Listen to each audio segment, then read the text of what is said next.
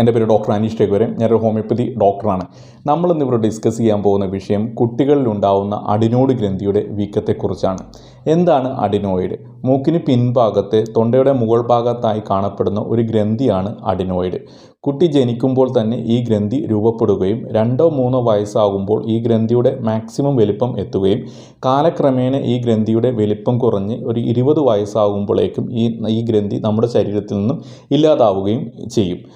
ശ്വാസനാളത്തിലെ രോഗാണുക്കളെ നശിപ്പിച്ച് ശരീരത്തിന് രോഗപ്രതിരോധ ശേഷി നൽകുക എന്നതാണ് ഈ ഗ്രന്ഥിയുടെ പ്രധാനപ്പെട്ട ധർമ്മം.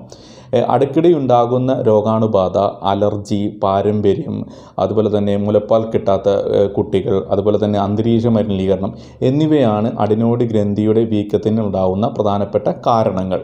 അഡിനോയിഡ് ഗ്രന്ഥിയുടെ വീക്കം കുട്ടികളിൽ മാനസികവും ശാരീരികവും ബുദ്ധിപരവുമായ പ്രയാസങ്ങൾക്ക് കാരണമാകുന്നു. അഡിനോയിഡ് ഗ്രന്ഥിയുടെ വീക്കം മൂലം കുട്ടികൾക്കുണ്ടാകുന്ന പ്രധാനപ്പെട്ട ലക്ഷണങ്ങൾ എന്തെല്ലാമെന്ന് നമുക്ക് നോക്കാം.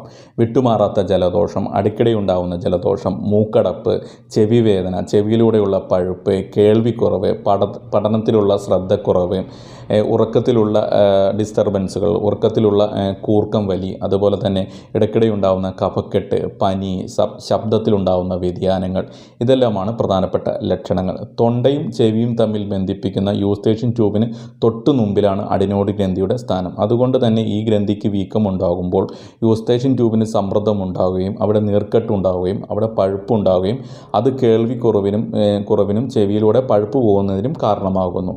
അതുപോലെ തന്നെ അനിയന്ത്രിതമായ ഈ ഗ്രന്ഥിയുടെ വലിപ്പം ശ്വാസനാളത്തിൻ്റെ 50% കൂടുതൽ തടസ്സം സൃഷ്ടിക്കുകയാണെങ്കിൽ ശ്വസിക്കുമ്പോൾ പ്രയാസം ഉണ്ടാകുന്നു. അതുകൊണ്ട് തന്നെ കുട്ടികൾ ഉറങ്ങുമ്പോൾ വായിലൂടെ ആണ് ശ്വാസം എടുക്കുക.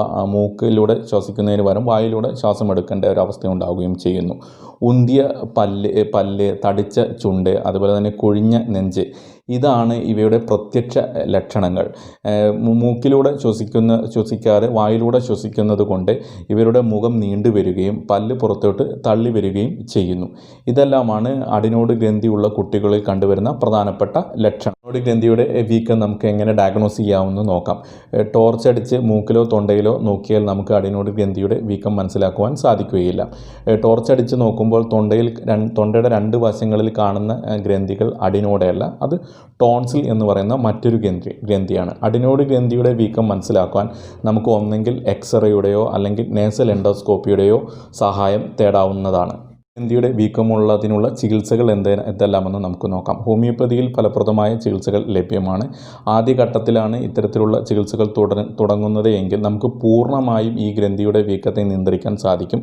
അഡിനോയിഡ് ഗ്രന്ഥിയുടെ വീക്കത്തിൽ നിന്നും കുട്ടിയെ പൂർണ്ണമായും മോചിപ്പിക്കുവാനും കുട്ടികൾക്കുണ്ടാകുന്ന ബുദ്ധിമുട്ടുകൾ പൂർണ്ണമായും ഇല്ലാതാക്കുവാൻ സാധിക്കും. ഇനി ഈ അഡിനോയിഡ് ഗ്രന്ഥിയുടെ വീക്കം 100% ശ്വാസനാളത്തിന് തടസ്സമുണ്ടാക്കുന്നു എങ്കിൽ നമുക്കൊരു ശസ്ത്രക്രിയ ചെയ്യേണ്ട ആവശ്യമുണ്ടാകും. അതിന് കോബുലേറ്റർ ടെക്നിക്കുകൾ പോലുള്ള അതിനൂതനമായ ശസ്ത്രക്രിയകൾ നിലവിൽ ലഭ്യമാണ്. ഈ അഡിനോയിഡ് ഗ്രന്ഥിയുടെ വീക്കവുമായി ബുദ്ധിപ്പെടുന്ന കുട്ടികൾ നിങ്ങൾക്ക് ഏറ്റവും പെട്ടെന്ന് ചികിത്സ തേടുകയാണ് ചെയ്യേണ്ടത്. തുടക്കത്തിൽ തന്നെയാണെങ്കിൽ നമുക്ക് ഹോമിയോപ്പതി കൊണ്ട് പൂർണ്ണമായും ഇത് ചികിത്സിച്ച് ഭേദമാക്കാവുന്നതാണ്.